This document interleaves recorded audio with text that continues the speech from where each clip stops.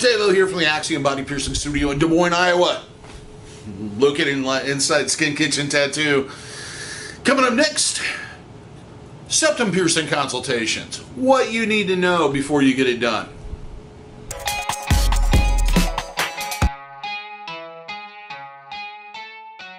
So here's some ideas, things you need to think about, and what you need to know before getting a septum piercing done.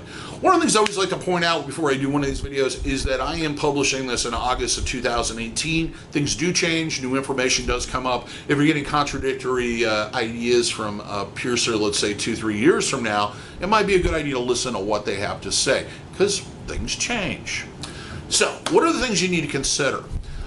The thing with septum piercings is it's the only piercing on the face that you can somewhat visually hide. So it's good if you work in an environment that's somewhat professional and requires that you don't wear facial piercings. Understand, however, if the person is looking directly up your nose, chances are they're gonna see it. So take that into consideration. And the type of jewelry that you would suggest if you came into my shop and you were like, hey, I want to get my septum pierced, but I work in an environment where I'm not going to be able to wear it, what I'm going to suggest is either a what is called a septum retainer, which is kind of a U-shaped retainer, or a circular barbell with the two balls on both ends. We'll usually pierce it with a smaller, like 3/8, and then bend it out so that it's easy to flip up and down. The other thing you want to take into consideration during that, if you do decide to go that route, is that there are going to be periods of time where you're going to just need to leave it up. You don't want to be constantly moving the jewelry up and down throughout the healing process like 4 or 5 times a day. So, that said, other thing we want to consider is that nobody's, and I repeat, nobody's nose is perfectly straight. The reality is each of us kind of crooked, or a little crooked one side or the other.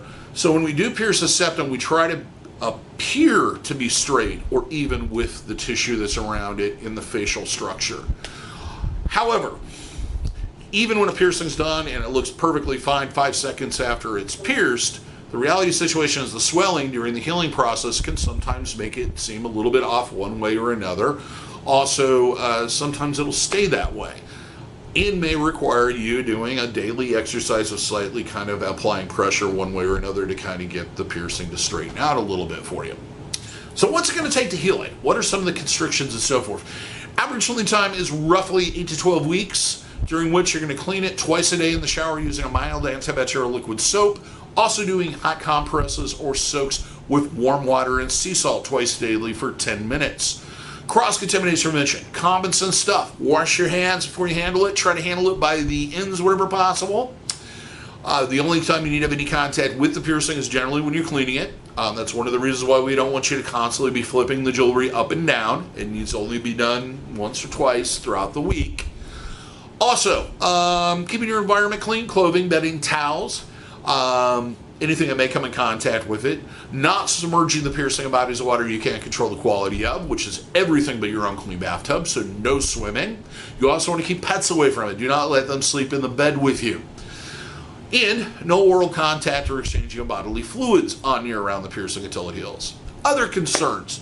You do not want to sleep directly on the piercing. You want to sleep on your side or your back. You want to avoid anything that's constrictive or abusive to the piercing or your nose during the healing process. So, no wearing those masks. Also, cosmetics you do want to keep away from the piercing until it is completely healed. Health concerns and other problems, or what we generally go through while you're filling out the consent form.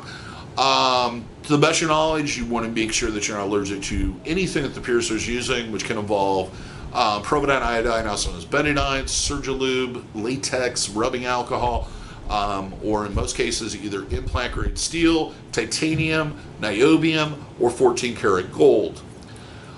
Don't have any medical problems or complications such as diabetes, hemophilia, blood clotting problems that may impair healing process or cause an issue during the piercing, like it not stopping with the bleeding. Other thing, not under the influence of any medication, controlled or uncontrolled substance that may impair blood clotting or cause unusual complications. So, other than that, it's a fairly quick heal. Not a very hard one to do. Just basically, you need to kind of walk into it with the right expectations and be able to do the work, and you should have no issues. So that's what it's going to generally take to heal out, or what you need to know before you get a septum piercing. I'm DaVo. If you like this, give us a thumbs up, because that's like applauding.